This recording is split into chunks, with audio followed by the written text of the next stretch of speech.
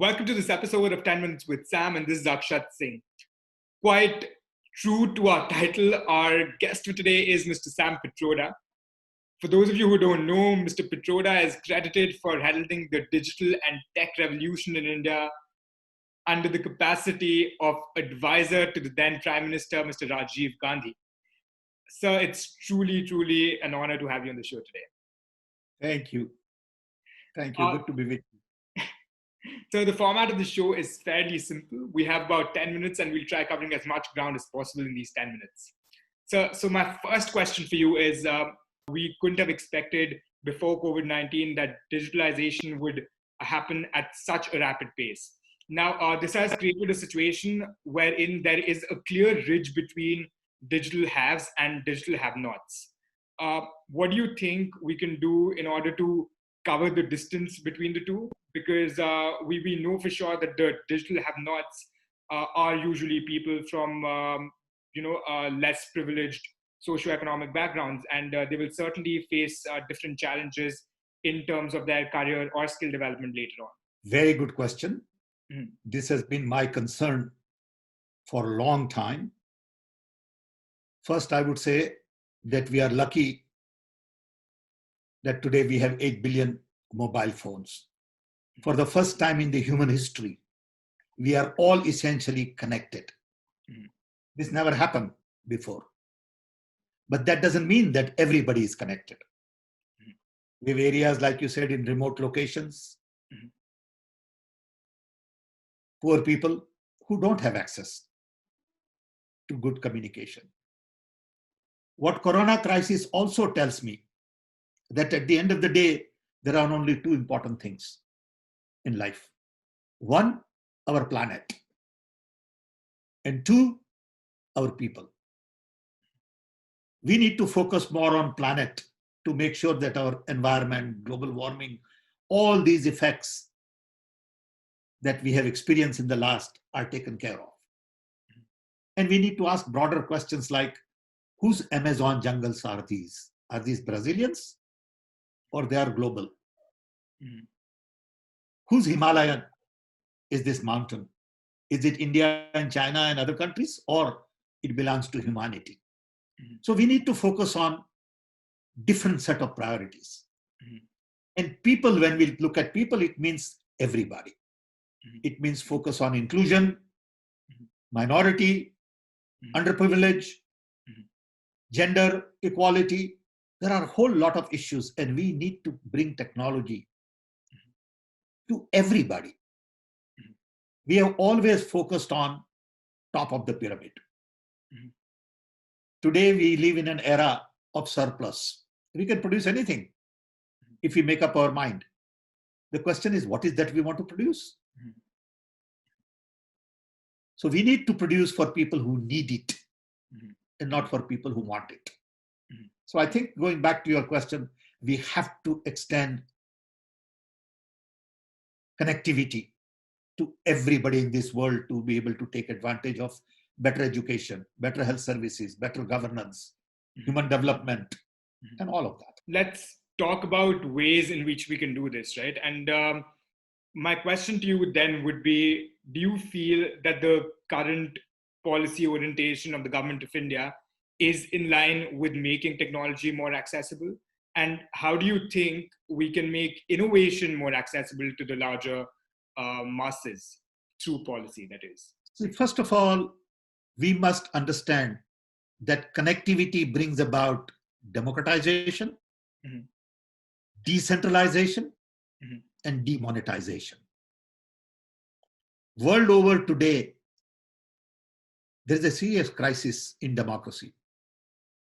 Whether it is in India, or in US, or in Brazil, or in Hungary, or in Turkey, I think forces are working very hard to undermine democracy, freedom, and that is antithesis to connectivity. Mm-hmm. You need more democratic values, more freedom, more decentralization. And what is happening in India and other countries is exactly opposite. Mm-hmm. More centralization, mm-hmm. curbing open voice, Mhm. vendetta, using social media to, ridicule people, use by design theories to promote lies, undermine human rights, Mhm. and really create an environment of one man rule.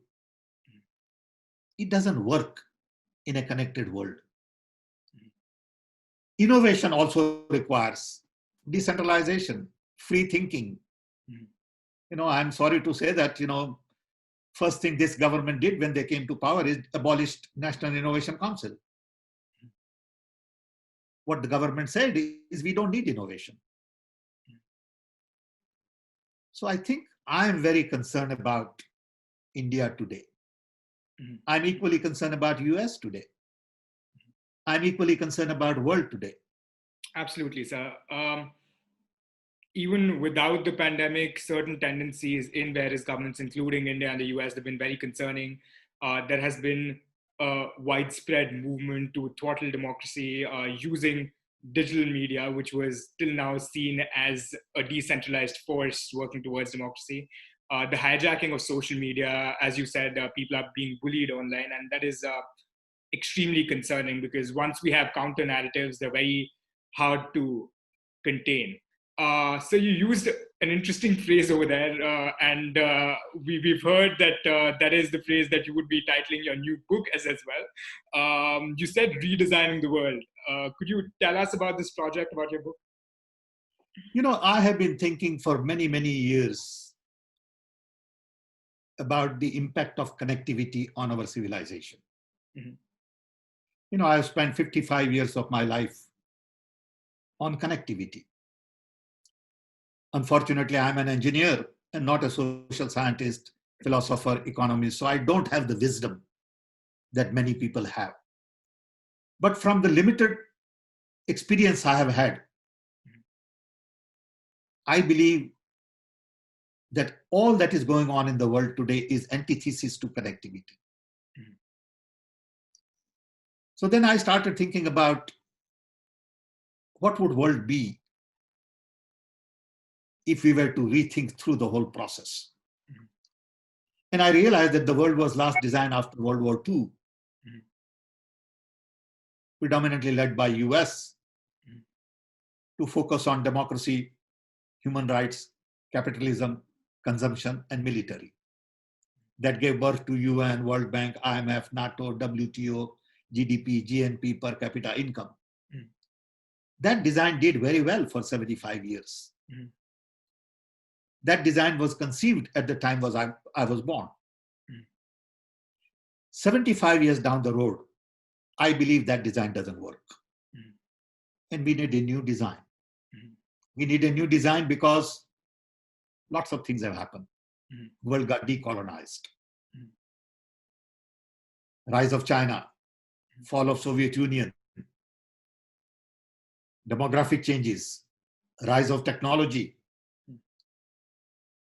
9/11, and then Corona crisis. Mhm. How do you really think of the world going forward? Mhm. And as I said earlier, to me, only two things matter: Mhm. planet and people. Mhm. Unfortunately, when we think of redesigning today, we think of trade, markets, financial markets and geopolitics and all that. And we never think of planet and people. Mhm. And I think it is time to rethink through the whole process Mhm. and see what kind of new conversation we can have. Mhm. That's what this book is about. That sounds very interesting, sir. Especially the comparison between the Second World War and the pandemic as being events of equal magnitude, which can herald in an era of change, which, the world has been craving for a very, very long time. And we're looking forward to reading your book, sir. Thank you so much for sitting with us today and for being with us for this interview. And it was lovely speaking with you. And whenever you have the time in the future, we'd love to speak with you again, sir. Well, I'm always available. Thank you for the opportunity. As Absolutely. I told you, Tarun is an old friend. I respect him a lot. And I wish you all the best. And I'm always available to share ideas. Thank you so much, sir.